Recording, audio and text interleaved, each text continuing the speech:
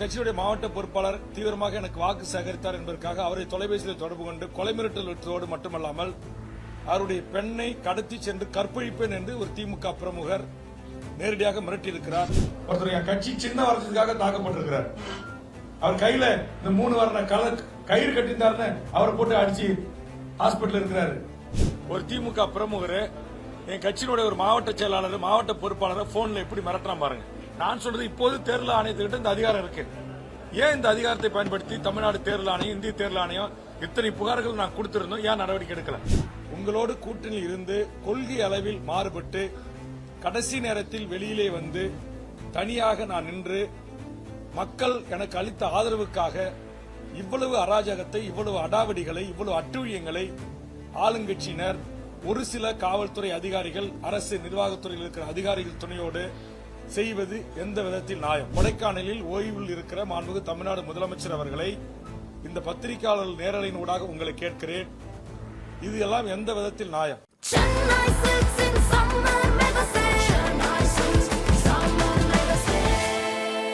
The Chennai Silks in Mega Summer Sale.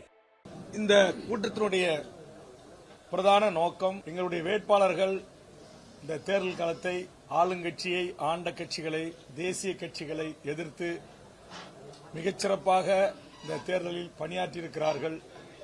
அவர்கள் அனைவரையும் அழைத்து கட்சி தலைவர் என்கிற முறையில் அவர்களுக்கு என்னுடைய பாராட்டுக்களையும் வாழ்த்துக்களையும் நன்றியும் தெரிவித்திருக்கிறேன். அடுத்து வருகின்ற மே மாதம் 18ஆம் தேதி தமிழீழ மண்ணில் நடந்த மாபெரும் இனப்படுகொலைக்கு நீதி கோருகிற முகமாகவும் அந்த இனப்படுகொலையை நினைவு கூறுகின்ற முகமாகவும் முள்ளிவாய்க்கால் நினைவேந்தல் நிகழ்வை எந்த மாவட்டத்தில் நடத்துவது என்பதை குறித்தும், மேலும் தமிழீழ விடுதலை போராட்டம் தொடங்கி வருகின்ற மே 5ஆம் தேதி 50 ஆண்டுகளை நிறைவு செய்கின்ற ஒரு நாள்.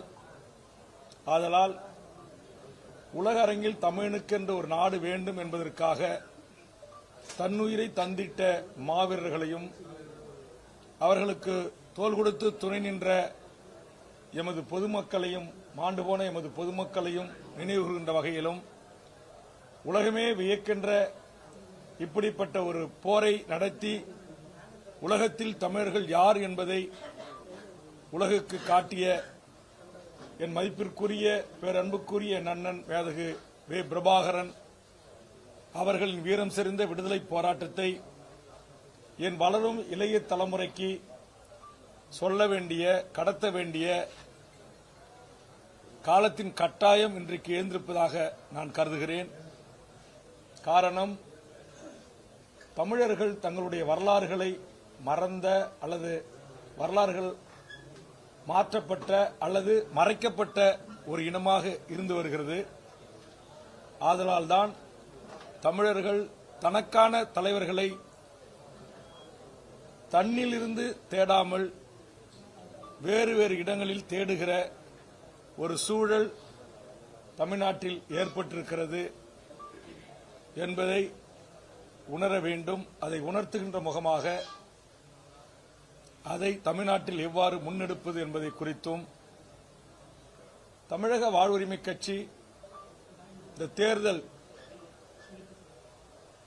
வாக்கு எண்ணி அறிவிப்புக்கு இணங்க நாம் அடுத்த கட்டமாக கட்சியை எவ்வாறு வளர்த்தெடுப்பது, எப்படி கட்டமைப்புகளை உருவாக்குவது, கட்சிக்கான இந்த ஆண்டு முழுவதும் வேலை திட்டங்கள் என்ன என்பதை குறித்தும், வருகின்ற ஜூன் மாதம் குற்றாலம், கொடைக்கானல், ஊட்டி, ஏலகிரி, ஏற்காடு போன்ற பகுதிகளில் எம் கட்சியினுடைய நிர்வாகிகளுக்கு தமிழ்நாட்டின் ஆகச்சிறந்த அரசியல் ஆளுமைகளாலும் உங்களைப் போன்ற மூத்த பத்திரிகை ஊடகவியலாளர்களாலும் ஒரு அரசியல் பயிற்சி வகுப்புகள் நடத்தப்பட வேண்டியதன் அவசியம் குறித்தும் இந்த கூட்டத்தில் நாங்கள் விவாதித்துக் கொண்டிருக்கிறோம். நடந்து முடிந்த இந்த தேர்தலில் நெய்வேலி சட்டமன்ற தொகுதியில் எனது சார்பாக, கட்சியின் சார்பாக எனது சகோதரர் திரு திருமாவளவன் அவர்களை வேட்பாளராக அறிமுகம் செய்து இந்த தேர்தலில் போட்டியிடுவதற்கான வாய்ப்பை கட்சி அவர்களுக்கு வழங்கியது. அவர் அதுபோன்று குறிஞ்சிப்பாடி தொகுதியில் எம் கட்சியினுடைய முன்னணி நிர்வாகிகள் யாரும் போட்டியிட முன்வராத காரணத்தினால் என்னுடைய இன்னொரு சகோதரர் திரு கண்ணன் பொறியாளர் அவர்களை வேட்பாளராக நிறுத்தியிருந்தேன். இந்த 2 தொகுதிகளிலும் எமது கட்சிக்கான வெற்றி வாய்ப்புகள் மிக மிக பிரகாசமாக இருந்து வந்த சூழலில் இதை தங்களுடைய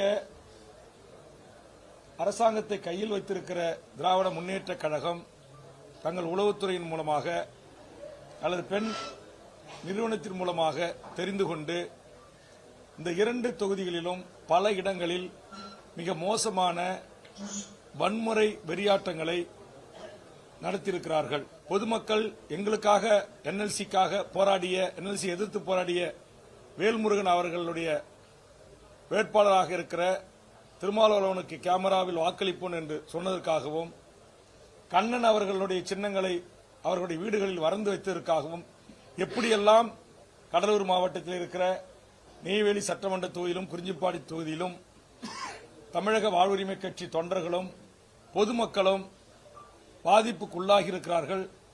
அவருடைய கார்கள் அடித்து நொறுக்கப்பட்டிருக்கின்றன. 5 கார்களுக்கு மேல் அடித்து நொறுக்கப்பட்டிருக்கின்றன. ஆட்டோக்கள் அடித்து நொறுக்கப்பட்டிருக்கின்றன. வீச்சுரால்களில் என் கட்சி நிர்வாகிகள் கழுத்தில் வைத்து அறுத்திருக்கிறார்கள்.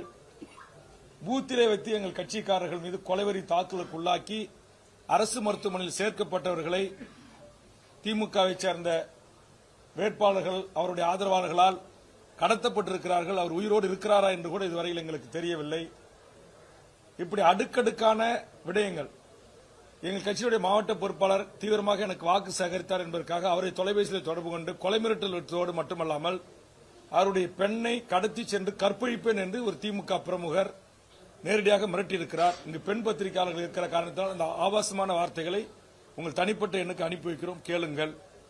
இதையெல்லாம் இந்தியாவின் 4வது தூணாக இருக்கின்ற நிலைமை பத்திரிகை ஊடக நண்பர்கள் இப்படிப்பட்ட ஒரு அராஜகத்தை உங்களோடு கூட்டணியில் இருந்து கொள்கை அளவில் மாறுபட்டு கடைசி நேரத்தில் வெளியிலே வந்து தனியாக நான் நின்று மக்கள் எனக்கு அளித்த ஆதரவுக்காக இவ்வளவு அராஜகத்தை, இவ்வளவு அடாவடிகளை, இவ்வளவு அட்டூழியங்களை ஆளுங்கட்சியினர், ஒரு சில காவல்துறை அதிகாரிகள், அரசு நிர்வாகத்துறையில் இருக்கிற அதிகாரிகள் துணையோடு செய்வது எந்த விதத்தில் நியாயம்?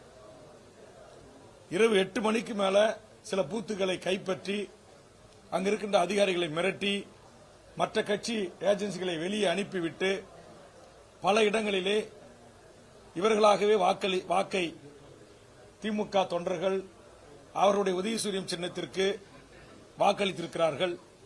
இது எல்லாம் என்னிடத்தில் ஆவணமாக இருக்கிறது. இதை அத்தனையும் அவ்வப்போது தலைமை தேர்தல் அதிகாரிக்கு நான் அனுப்பி வைத்துக் கொண்டே இருக்கிறேன். இது எந்த விதத்தில் மாண்புமிகு தமிழ்நாடு கொடைக்கானலில் ஓய்வில் இருக்கிற மாண்புமிகு தமிழ்நாடு முதலமைச்சர் அவர்களை இந்த பத்திரிகையாளர்கள் நேரலையின் ஊடாக உங்களை கேட்கிறேன். இது எல்லாம் எந்த விதத்தில் நியாயம்? உங்களோடு 5 ஆண்டு காலம் இருந்தேன், மக்களுக்காக பேசினேன், மக்களுக்காக வாதாடினேன், உங்கள் ஆட்சியில் அதிகாரிகள் செய்கின்ற தவறுகளை சுட்டிக்காட்டினேன். ஏன் ஒருபடி மேலே போய் கடைசி கூட்டத்தொடரில் நீங்கள் தமிழ்நாட்டுக்கு நிச்சயம் 2வது முறை முதலமைச்சராக வருவீர்கள் என்று பாராட்டினேன். அப்போதெல்லாம் வேல்முருகன் உங்களுக்கு நண்பராக தெரிந்தான். உங்கள் தந்தைக்கு வேல்முருகன் தூள்முருகனாக தெரிந்தான். ஆனால் இப்போது உங்களை விட்டு பிரிந்து நான் அதிமுகவோடு கூட்டணி வைக்கவில்லை, பாரதிய ஜனதாவோடு மதவாத மனிதகுல விரோதிகளோடு கூட்டணி வைக்கவில்லை, அல்லது மற்ற எந்த அரசியல் கட்சிகளோடு கூட்டணி வைக்கவில்லை. என்னை நம்பி என்னுடைய தலைமையை ஏற்றுக்கொண்டிருக்கிற சில ஆளுமைகளோடு சேர்ந்து, சில அமைப்புகளோடு சேர்ந்து இந்த தேர்தலில் 234 தொகுதிகளிலும் வேட்பாளர் நிறுத்தினேன். அதில் 30க்கும் மேற்பட்ட வேட்பு மனுக்களை ஒரு சில திமுகவுக்கு ஆதரவான அதிகாரிகள் துணையோடு தள்ளுபடி செய்தீர்கள். அதையும் தேர்தல் ஆணையத்தை புகார் செய்துவிட்டு தேர்தல் முடியிட்டும் உயர்நீதிமன்றங்கள், உச்சநீதிமன்றங்களை நாடலாம் என்று சட்ட ரீதியாக எதிர்கொள்ள தயாராக இருக்கிறேன். இந்த சூழலில் 10க்கும் மேற்பட்ட இடங்களில் இதுபோன்று குன்றர்களை இறப்பி அல்லது நான் வன்னியர் சமூகத்தில் இருக்கிறேன் என்பதற்காக பிரசாதிக்காரர்களை கொண்டு வந்து இறக்கி வன்னியர் ஆதிதிராவிடர்கள் மோதலை உருவாக்குவதற்கு நீங்க திமுக சில இடங்களில் செய்த சூழ்ச்சி, வஞ்சகம் சில இடங்களில் முறியடிக்கப்பட்டிருக்கிறது. பாதிப்புக்குள்ளான விடுதலை சிறுத்தையினுடைய தோழரே வீச்சுருவால் அவர் கழுத்திலே வீசப்பட்டிருக்கிறது. ஆக இவ்வளவு அராஜகமும் இவ்வளவு அட்ராசிட்டி எதற்கு?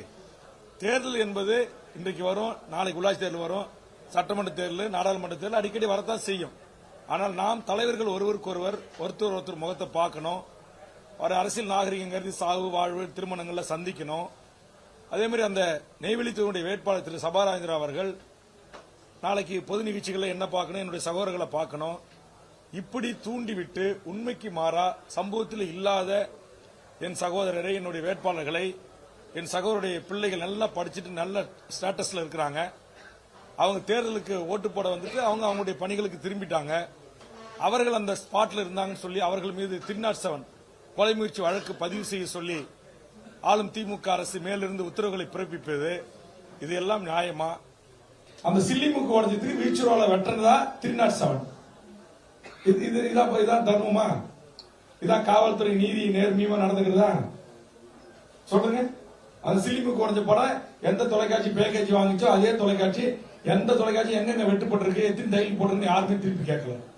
பத்திரிகை தர்மம் எங்க இருக்கு? ஊடக தர்மம் எங்க இருக்கு? சொல்லுங்க. ஒரு அபாண்டமா ஒரு வேட்பாளர் மீது, ஒரு கட்சி நிறுவனர்கள் மீது, தலைவர்கள் மீது கொலை முயற்சி வழக்கு 307 பதிவு பண்றாங்க. கல்லூரிகளில் படிக்கிற 3 மாணவர்களோட எதிர்காலம் என்ன? ஒரு தம்பி அவன் எம்எல் முடிச்சுட்டு பிஏபிஎல் முடிச்சுட்டு இப்ப வந்து டிஸ்ட்ரிக்ட் ஜட்ஜிக்கு அவன் தயாரிச்சுட்டு இருக்கான். அப்ப அவனுடைய மனநிலை எப்படி இருக்கும்? செய்யாத ஒரு குற்றத்திற்கு அவர் வேட்பாளருடைய மகன்களா பிறந்ததை தவிர அவர்கள் என்ன தவறு செஞ்சாங்க? இங்க இந்த நாட்டில் எங்க காக்கி சட்டை போட்டவங்க கிட்ட, உளவுத்துறை கிட்ட எங்க கண்ணியம் இருக்கு? எல்லாத்தையும் தொகுத்து நான் வந்து தேர்தல் ஆணையர், டிஜிபி, காவல்துறை ஆணையர் எல்லாருக்கும் கொடுத்த எல்லா காப்பீடுகளும் வச்சிருக்கேன். காவல்துறை தலைவர் டிஜிபி ஆபீஸ் காப்பி, காவல்துறை அந்த நார்த் ஜோனுடைய ஐஜி ஒன்னொன்னு காப்பி எடுத்து காட்டுங்க, ஒன்னொன்னே எடுங்க. எல்லாருக்கும் அனுப்பியிருக்கோம். இதுவரைக்கும் ஒரு நடவடிக்கை இல்லை. நானே சென்னைக்கு வந்து நானே தேர்தல் ஆணையரை பார்த்து நானே முறையிட்டு தேர்தல் ஆணையர் நானே தொலைபேசியில் தொடர்பு கொண்டு பேசி, இந்த நாட்டுடைய டிஜிபிக்கு தொடர்பு கொண்டு நானே பேசி, ஹோம் செக்ரட்டரிக்கு நானே தொடர்பு கொண்டு அவர்கிட்ட பேசி, டிஐஜிக்கு நானே தொடர்பு கொண்டு பேசி, எஸ்பிக்கு நானே தொடர்பு கொண்டு பேசி, ஒரு எம்எல்ஏ சிட்டிங் எம்எல்ஏ நாளைக்கு வந்து வெற்றி அறிவிச்ச பிறகுதான் அந்த பதவி மற்றவர்களுக்கு அறிவிக்கப்படும். அதுவரையில் நான் ஒரு சிட்டிங் மக்களால் தேர்ந்தெடுக்கப்பட்ட எம்எல்ஏ. ஆனா குற்றவாளிகளுக்கு வீட்டுக்கு எல்லாருக்கும் ஆயுதம் தாங்கிய போலீஸ் பாதுகாப்பு. எங்களுக்கு இந்த மாதிரி ரவுடிசம் பண்ணுவாங்க, நாங்க ஜெயிக்க போறோம், எங்களுக்கு பாதுகாப்பு கொடுங்கன்னு எங்க வேட்பாளருக்கு கேட்டா ஒரு ஏட்டையாவை அனுப்புறாங்க. அவர்கிட்ட பிஎஸ்ஓக்கான ஒரு ரிவால்வரும் கிடையாது, ஒரு ஸ்டேஷன்ல இருக்கிற துப்பாக்கியும் இல்ல. எப்படி? ஆனா இந்த ரவுடி இந்த மாதிரி ரவுடிசம் பண்றவங்களுக்கு ஆயுதம் தாங்கிய போலீஸ் பாதுகாப்பு. காவல்துறை, உளவுத்துறையில் இருக்கிற நேர்மையான அதிகாரிகளே எங்க போனீங்க நீங்களா? கந்து வெட்டி கும்பல், ரவுடி பண்றவன், கொலை பண்றவன், வழிபறி பண்றவன், திருட்டு பையன், பெண்களை பாலியல் தொழிலில் ஈடுபடுத்தினவன், தனக்கு ஆசைக்கு இனங்கலங்கிறதுக்காக அவர்கள் மீது பழி போட்டவன், இப்படிப்பட்ட அயோக்கியர்களுக்கு பாதுகாப்பா? இப்படிப்பட்ட அயோக்கியர்கள் மீது நடவடிக்கை எடுக்க மாட்டீங்களா? இந்த நாட்டில் நான் பழகிய நேர்மையான காவல்துறை தலைவர்கள் இருக்கிறீங்கல்ல, டிஜிபி இருக்கிறீங்க, ஏடிஜிபி இருக்கிறீங்க, உளவுத்துறை தலைவர்கள் இருக்கிறீங்களே, இத்தனை புகார்களை கொடுத்துட்டு இத்தனை முறை கோட்டைக்கும் டிஜிபி ஆபீஸ் நடையா நடக்கிற வேல்முருகன் ஏன் ஒருவர் கூட கைது செய்யப்படல? அப்போ உங்க கூட்டத்தில் இருந்தா ஒரு மாதிரியான நடவடிக்கை, கூட்டணி விட்டு வெளியேறினா இதான் சட்ட ஒழுங்கை காப்பாற்ற லட்சணமா? சொல்லுங்க. இதற்கு எல்லாவற்றுக்கும் எங்கள் ஆவணம் இருக்கிறது. எனவே பத்திரிகை ஊடக நண்பர்களை உங்ககிட்டயே ஆவணத்தை சாட்சியப்படுத்திருக்கிறார். அதனால இது அனைத்தையும் நாட்டில் இன்னமும் நீதியை நேர்மையா வழங்கக்கூடிய நீதிமன்றங்கள் இருக்கிறது, பத்திரிகை ஊடக நண்பர்கள் இருக்கிறார்கள். இவர்கள் துணையோடு, நீதிமன்றத்தின் துணையோடு இத்தனை பொய் வழக்குகளையும் எதிர்கொண்டு என் கட்சி தொண்டர்களுக்கும் என்னை ஆதரித்தவர்களுக்கும் ஏற்பட்ட இந்த அநீதிக்கு எதிராக நீதி குரலை மிக விரைவில் நாங்கள் மேற்கொள்வோம். தேவைப்பட்டால் விரைவில் தமிழகம் தழுவிய தமிழ்நாடு காவல்துறை இயக்குனர் டிஜிபி அலுவலகத்தை முற்றுகையிடுகின்ற மிகப்பெரிய போராட்டங்களை தமிழக வாழ்வுரிமை கட்சி முன்னெடுக்கும். எங்களுக்கு நீதி கிடைக்கல, இதுல குற்றவாளிகள் தண்டிக்கப்படணும், அப்பாவிகள் அனைவரும் மேலும் போடப்பட்ட எஃப்ஐஆர் ரத்து செய்யப்படணும், உண்மையான ஆதாரத்துடன் நாங்கள் கொடுத்த இந்த சாட்சிகள் அடிப்படையில் அவர்கள் கைது செய்யப்பட்டு சட்டத்தின் முன் நிறுத்தணும். அப்பாவி கல்லூரி மாணவர்கள், அப்பாவி என் கட்சியினுடைய ஆதரவாளர்கள், ஒருத்தர் என் கட்சி சின்ன வரதுக்காக தாக்கப்பட்டிருக்கிறார். அவர் கையில இந்த 3 வர்ண கயிறு கட்டியிருந்தாருன்னு அவரை போட்டு அடிச்சு ஹாஸ்பிட்டல் இருக்கிறாரு. இதெல்லாம் எந்த விதத்து நியாயம்? சொல்லுங்க. ஒருத்தர் நடுவுப்பட்டு லிமிட்ல எங்க வேட்பாளரை வீட்டுக்கு கூப்பிட்டு ஆராய்ச்சி எடுத்தாங்களாம். அந்த ஆராய்ச்சி எடுத்து ஒரு குற்றமா? நீ எப்படா வேட்பாளருக்கு ஆராய்ச்சி எடுக்கலாம் எங்க அமைச்சரை எதிர்த்து அப்படின்னு சொல்லி அவர் வீட்டுக்குள்ள பூந்து அடிச்சு நொறுக்கி அவர் காரை அடிச்சு உடைச்சு நொறுக்குறாங்க. கருங்குழி பகுதியில எங்க சின்ன வரைஞ்சது தப்பா? அந்த சின்னத்தை பூரா அழிச்சிட்டு அத்தனை குடும்பத்துக்கும் கொலை மிரட்டல். அதே மாதிரி அந்த வடலூர் காவல் நிலையத்தில் புகார் கொடுத்தோம், இதுவரைக்கும் நடவடிக்கை இல்லை. அத்தனையும் நான் அனுப்பிச்சிருக்கிறேன். ஒன்னு கூட உண்மைக்கு மாறான புகாரே அல்ல. அதனால தயவு செய்து எனது பத்திரிகை ஊடக நண்பர்கள் உங்கள் மூலமாக எங்கள் கட்சிக்காரர்களுக்கும் பாதிக்கப்பட்ட பொதுமக்களுக்கும் உரிய நிவாரணம் என்றால் முறையாக அந்தந்த பிரிவுகளில் வழக்கு பதிவு செய்யப்பட்டு அவர்கள் கைது செய்யப்பட்டு தண்டிக்கப்பட வேண்டும். அப்பாவியின் கட்சிக்காரர்கள் கவுண்டர் பெட்டிஷன் சொல்வார்கள். ஆளுங்கட்சி அதிகாரம் இருக்கிறது, காவல்துறை கையில் இருக்கிறதுக்காக நடக்காத ஒரு சம்பவத்தை புனைந்து உண்மைக்கு மாறா நடந்ததா பொய் புகார் அவங்களால எழுதி கொடுக்கப்பட்டு அதுல அப்படியே எஃப்ஐஆர் போட்டுட்டு அதுக்கு காவல்துறை என்கிட்ட விளக்கம் சொல்றாங்க. அவங்க புகார் வந்து கொடுத்தா நாங்க வாங்கி எஃப்ஐஆர் தாங்க போடணும், உங்க மேல கொடுத்தா கூட நாங்க போடதான் செய்வோம் அப்படின்றாங்க. இது சரியான பதிலா என்பதை இந்த நேரத்தில் எனது பத்திரிகை ஊடக நண்பர்களை கேட்டு எங்கள் அழைப்பை ஏற்று வருகை தந்தமைக்காக நெஞ்சார்ந்த நன்றி கூறி இந்த பத்திரிகையாளர் சந்திப்பை நிறைவு செய்கிறேன். நன்றி, வணக்கம்.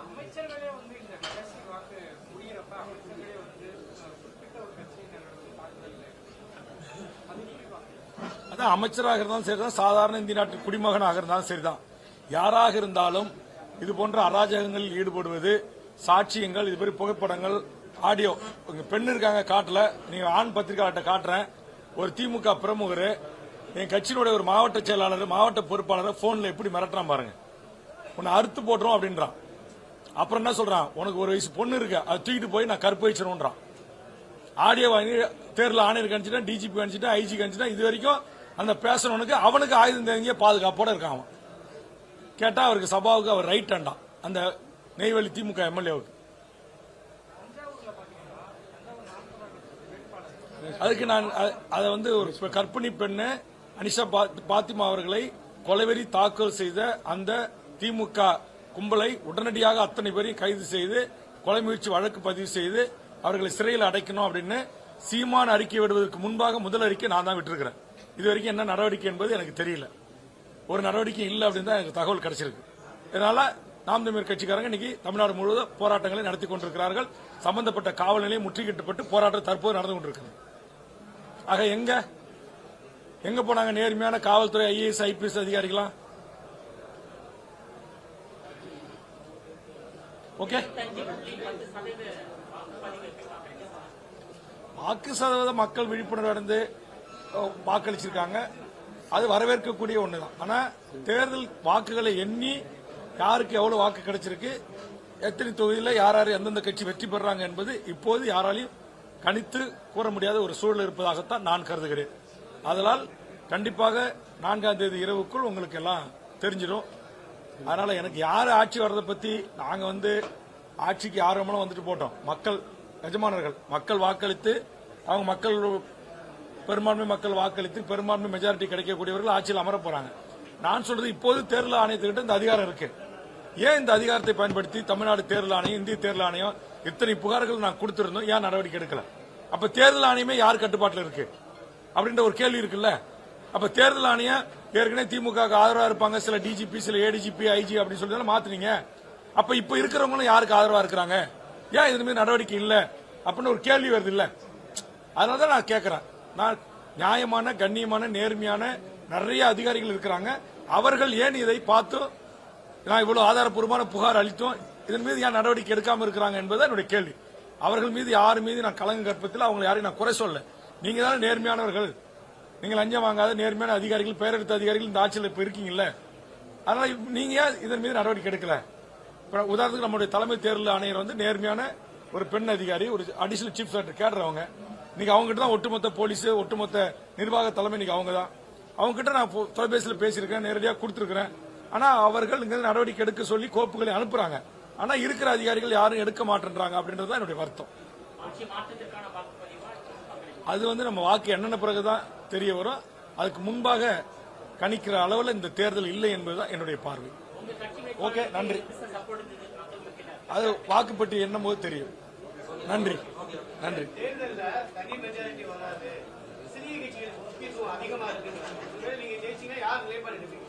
நீங்க உங்களுடைய வாய் முகூர்த்தம் பலிக்கட்டும், ஜெயிக்கட்டும். அதுக்கு பிறகு என் கட்சியினுடைய செயற்குழு பொதுக்குழு ஒப்புதலை பெற்று அப்படி நீங்க சொல்வது போல் ஒரு தனி மெஜாரிட்டி வராத ஒரு சூழலில் எங்கள் கட்சியினுடைய சில வேட்பாளர்கள் வெற்றி பெற்று சட்டமன்ற உறுப்பினராக ஆனால் இந்த நாட்டுக்கும் நாட்டு மக்களுக்கும் எது நல்லது நடக்கணுமோ அதுக்கு ஒரு குறைந்தபட்ச செயல் திட்ட அறிக்கையை நாங்கள் தருவோம். அதை ஏற்றுக்கொள்கின்ற கட்சிகளுக்கு தான் எங்கள் ஆதரவு இருக்கும்.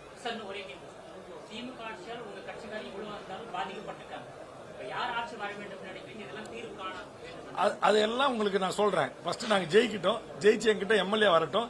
அப்ப யார் வரணும் யார் வரக்கூடாது என்பதை இதே மாதிரி பத்திரிகையாளர்களை அழைத்து நான் சொல்றேன். ஓகே, அதான் என்ன சொல்லி அதுக்கு ஏற்கனவே பதில் சொல்லிட்டேன். சிஏஜி அறிக்கை இருக்கு, அந்த அறிக்கையின் அடிப்படையில் என்னுடைய அடுத்தடுத்த போராட்டங்கள் முன்னெடுப்பு இருக்கு. இல்ல, 2 பேரும் சமாதானம் ஆகணும்னு நான் மனசார விரும்புறேன்னு சொன்னேன்.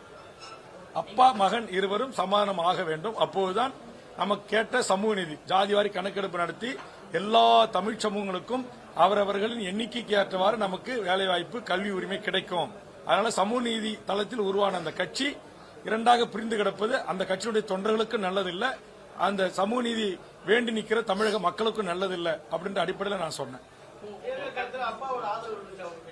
இல்ல, யாருடைய ஆதரவும் எங்களுக்கு இல்ல. நாங்க தனித்து தான் இன்னும் எங்களை ஆதரித்த கூட்டணி கட்சிகள் பகிரங்கமாக எங்களை ஆதரித்து எங்களோட கூட்டணி சேர்ந்த கட்சிகள் அந்த தொண்டர்கள் ஆதரவு தான். அந்த கட்சிகள் கூட வடதமிழ்நாட்டில் பெருசா யாரும் இல்ல. குறிப்பா கடலூர் மாவட்டத்தில் அப்படி எந்த கட்சிக்கும் அங்க ஆதரவும் இல்ல, பெரிய வாக்குகளும் அதிகமா இல்ல. அதெல்லாம் தென் தமிழ்நாடு கொங்கு மண்டலத்தை உள்ளடக்கிய அந்த கூட்டணி கட்சிகள். அதனால நாங்க தமிழக வாழ்வுரிமை கட்சி மட்டும்தான் தனியா இந்த தேர்தலை சந்திச்சது. எங்க கட்சிக்கு கிடைக்கிற ஓட்டா தான் அது இந்த கடலூர் நான் சொன்ன இந்த தொகுதிகளில் எங்களுக்கு கிடைக்கிற ஓட்டாக அது இருக்கும்.